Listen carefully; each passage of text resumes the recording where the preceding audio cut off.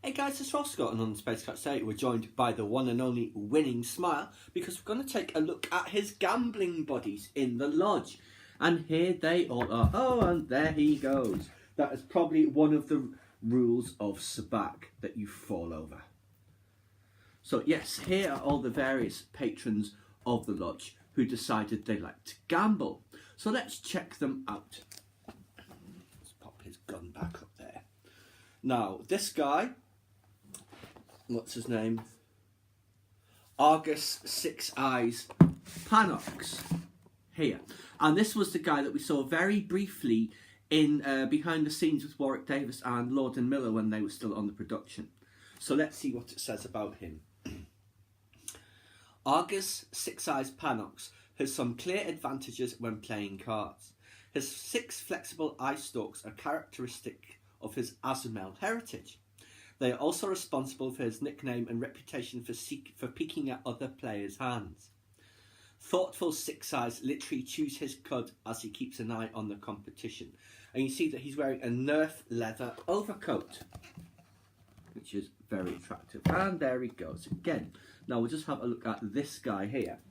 I should just stand up Lando, put his gun in his hand, so he can stop messing about trying to distract from his cheating.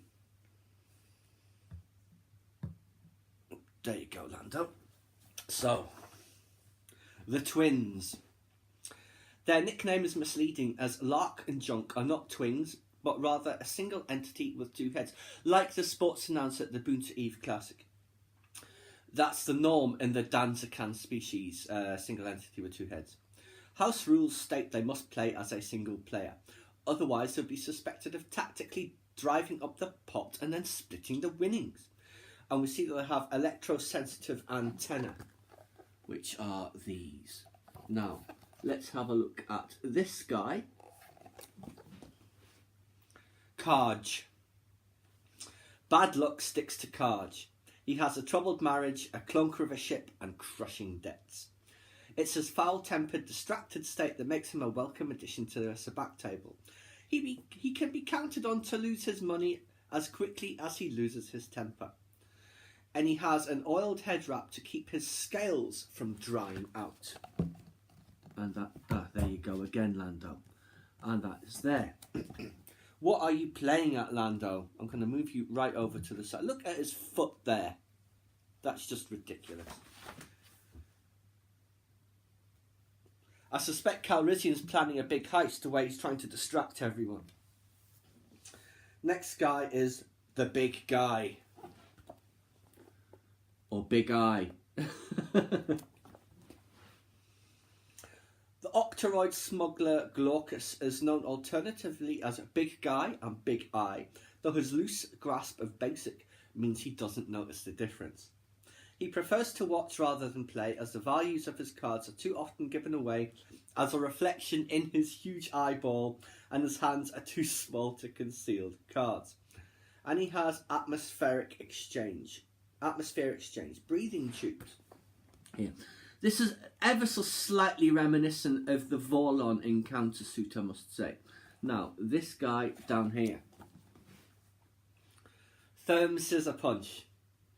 Therm insists you call him Therm Scissor Punch, though it is unknown if it is a nickname he's earned or one he's desperately trying to create for himself.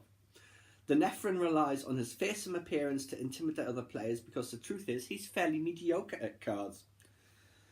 And he has a sharpened shank implant in his claw here. Now we shall look at the last of Lando's gambling buddies for now. Dava Kasamam. Dava is a deep cloud miner on gas giant. That would be useful for Lando to make a connection there, wouldn't it, for Cloud City? Who finds standard gravity worlds soothing for her aching back.